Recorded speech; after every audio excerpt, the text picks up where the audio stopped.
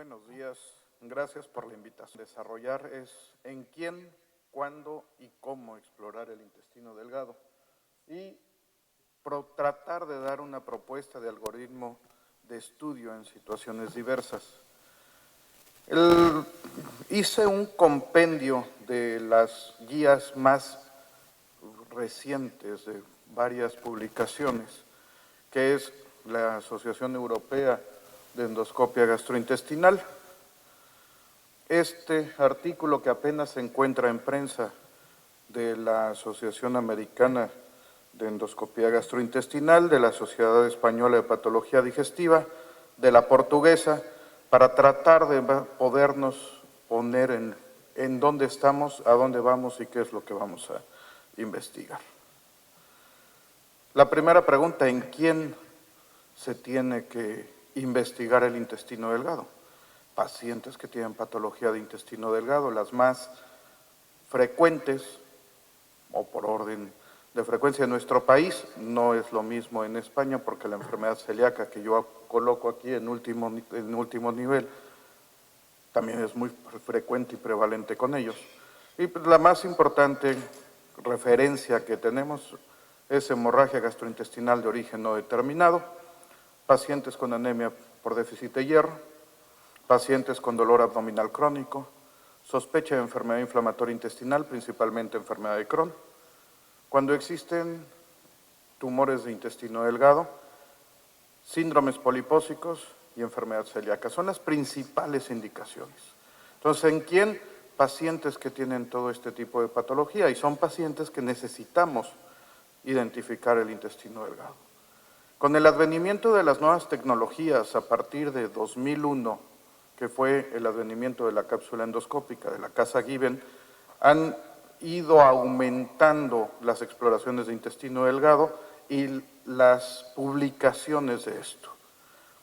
En la conferencia magistral que ayer dio el doctor Pérez Cuadrado, de cómo se encuentra la enteroscopia actualmente, nos habló un poquito de la historia y cómo van las cosas avanzando, y lo más importante es cuándo y cómo.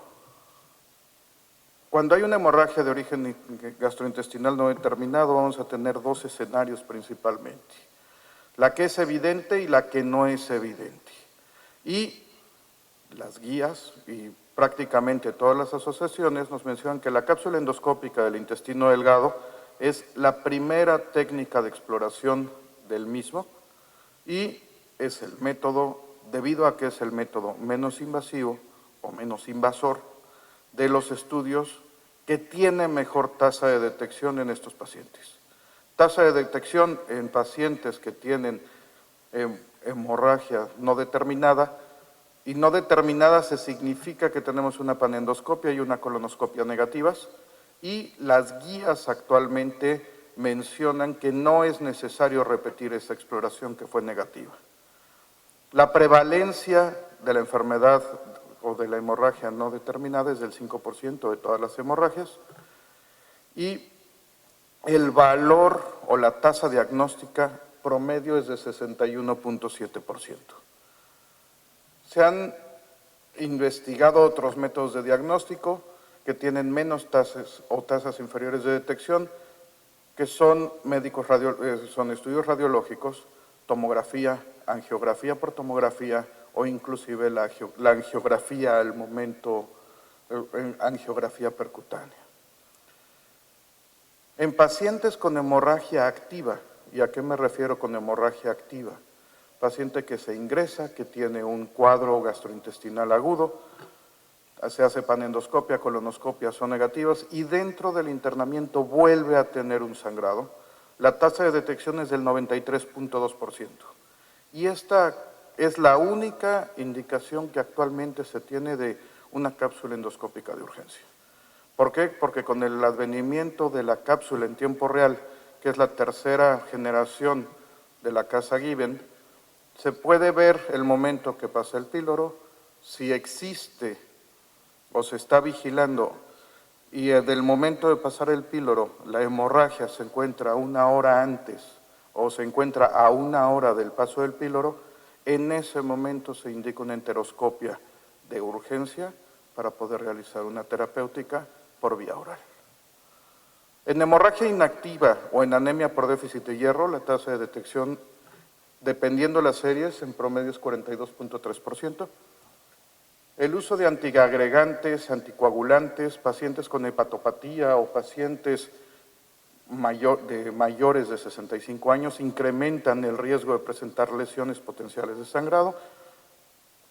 La cápsula es segura, es efectiva y prácticamente no tiene complicaciones, porque la única situación que se tiene es que puede ser una retención de la cápsula, que es una retención aguda o una retención crónica, y la gran mayoría de esas retenciones, la cápsula va a tener su trayecto original y va a salir. La tasa de retención, en este caso, que es hemorragia no determinada, es 1.2%. Y el tener una imagen de intestino delgado o el uso de una cápsula patente, que una cápsula patente es una cápsula de las mismas dimensiones, que es hecha de gelatina, que se da antes de la cápsula normal para evitar la tasa de retención. Principalmente se da en la enfermedad de Crohn o sospecha de estenosis, y en la hemorragia no determinada no es obligatoria. El uso temprano de la cápsula tiene mayores tasas de detección que cuando se utiliza en forma tardía. Hay estudios realizados principalmente en Inglaterra y Francia, en el cual si se hace una cápsula endoscópica dentro de los primeros 5 días después de la hemorragia, la tasa de detección es superior a si se realiza 2 a 3 semanas después. La cápsula endoscópica es superior a la enteroscopía de empuje o los estudios radiológicos, con tasas de detección de 56 al 26%. La cápsula es muy importante porque nos va a determinar cuál es el sitio de elección para poder realizar una terapéutica, si vamos a empezar una enteroscopia por vía oral o por vía rectal, superior a la angiografía por tomografía, la enteroclisis, y nos permite una evaluación completa del intestino delgado. ¿Cuándo y cómo? Este algoritmo es de la Asociación de Endoscopia Europea. Cuando se tiene una hemorragia oculta, hacer cápsula. Si es negativa, seguimiento, esperar y ver. Si recurre, nuevamente cápsula o enteroscopia, o se puede realizar un estudio radiológico y dar tratamiento específico. Si se tiene la videocápsula positiva, manejo específico, enteroscopia, y dependiendo de los hallazgos de la videocápsula, hacer una nueva prueba o llevar a cabo terapéutica. En anemia por déficit de hierro es muy similar las tasas, principalmente 2 a 5% de varones y mujeres menopáusicas mayores de varones mayores de 55 años y mujeres menopáusicas nos consultan al gastroenterólogo por anemia. 70 al 80% de las causas de esta anemia se identifican en estudios de endoscopia y colonoscopia convencional, y la colonoscopia debe incluir siempre ileoscopia. Si no se realiza una ileoscopia, no se puede determinar muchas veces el sitio de la hemorragia. Podemos dar una cápsula y resulta que estaban las lesiones al alcance del endoscopio convencional y del colonoscopio, pero no entramos al ileum muchas veces. Se recomienda terapéutica empírica con hierro antes de iniciar estudios de videocápsula, ya que existe una divergencia en cuanto a los resultados cuando se da sin evidencia de sangrado, como es una anemia, del 24 hasta el 66%. Sospecha de enfermedad inflamatoria intestinal. Tenemos poca, pero cada vez tenemos más. Y con el advenimiento de estas pruebas detectamos más lesiones que pueden ser sugerentes de enfermedad de Crohn.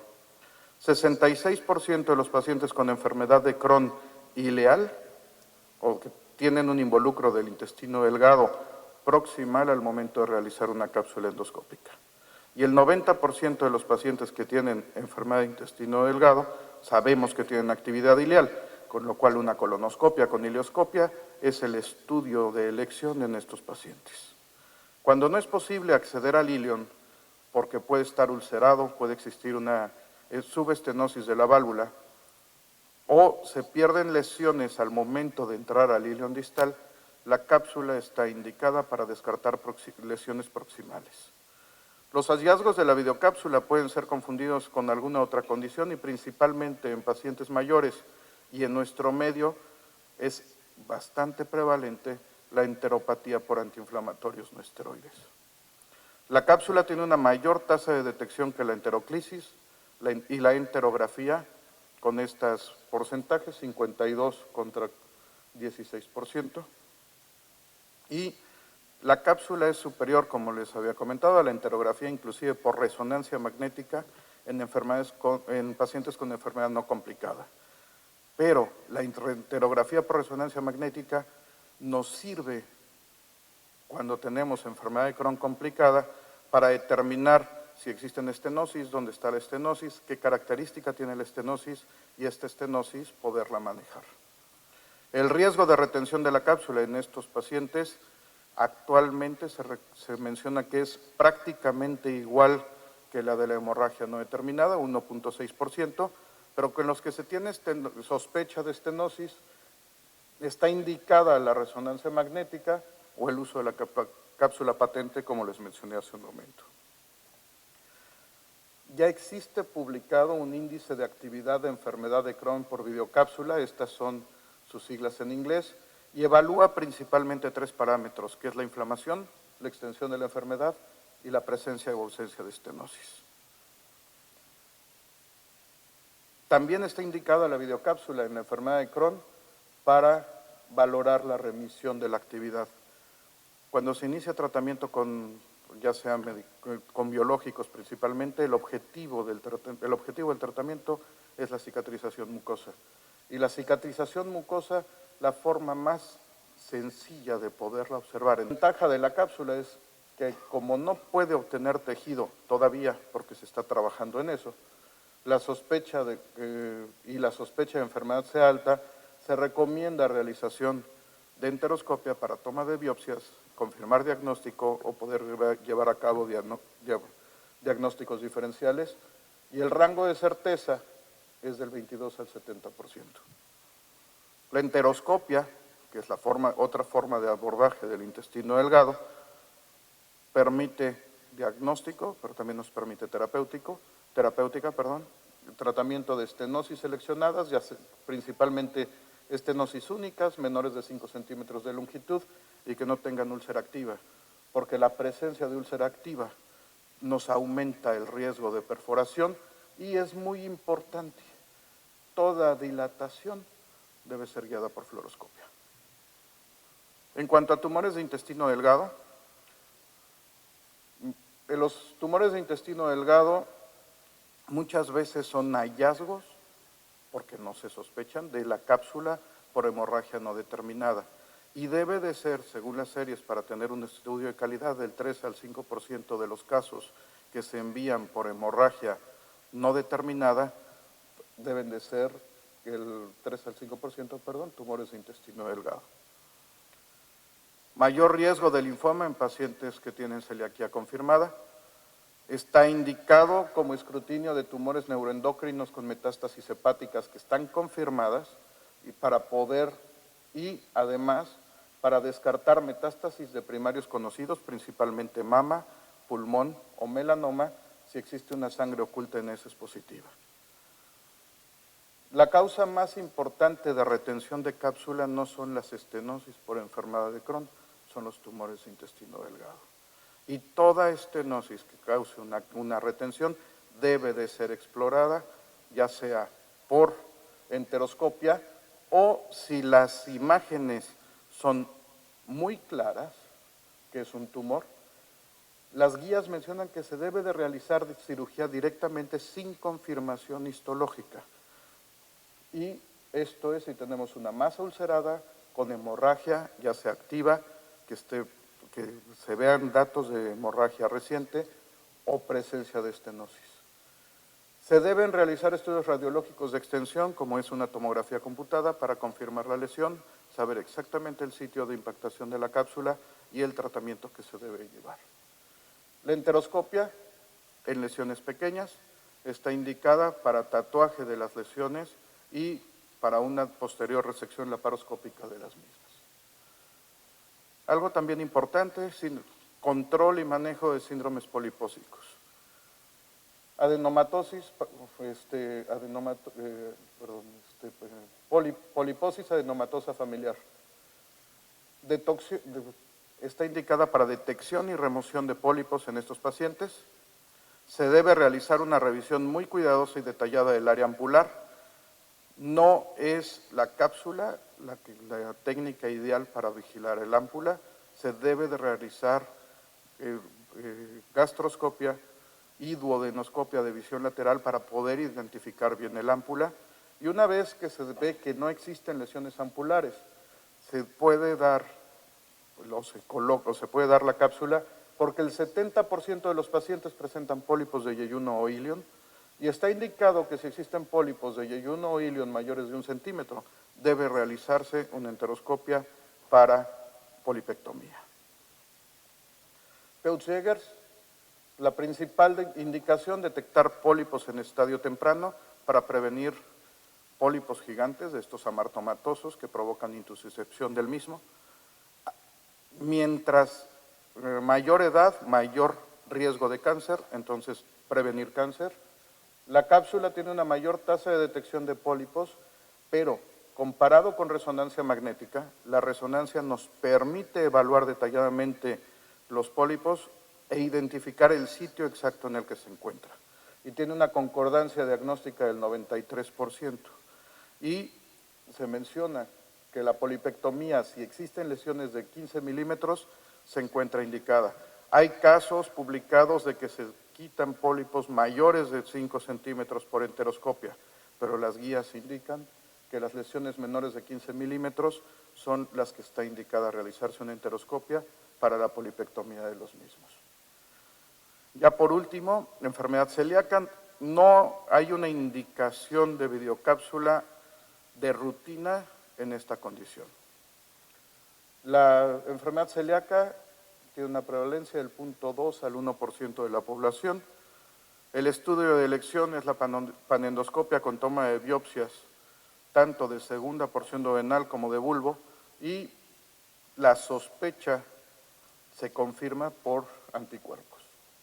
La utilidad de la cápsula en el diagnóstico de la enfermedad celíaca es porque sabemos que la enfermedad celíaca no se encuentra en todos los segmentos intestinales igual, y vamos a tener en parches. Y la magnificación de la cápsula muchas veces nos permite observar áreas muy pequeñas en el cual se observan áreas de atrofia que en los estudios convencionales no se pueden tener. Y esto tiene una sensibilidad del 70 al 100%, con una especificidad de 64 al 100%, un valor predictivo, perdón por el inglés, positivo del 96 al 100% y predictivo negativo del 71 al 93%. Y como conclusión, el estudio intestino delgado es factible, se debe de realizar en todos los pacientes que lo requieran. ¿Cuál es la mejor técnica? La que tengas a la mano. La que es más sencilla y que se tiene es la videocápsula, pero ambos requieren entrenamiento especial y deben de ser realizados en centros de referencia. Y el mejor estudio para tu paciente es el estudio que está indicado. Gracias.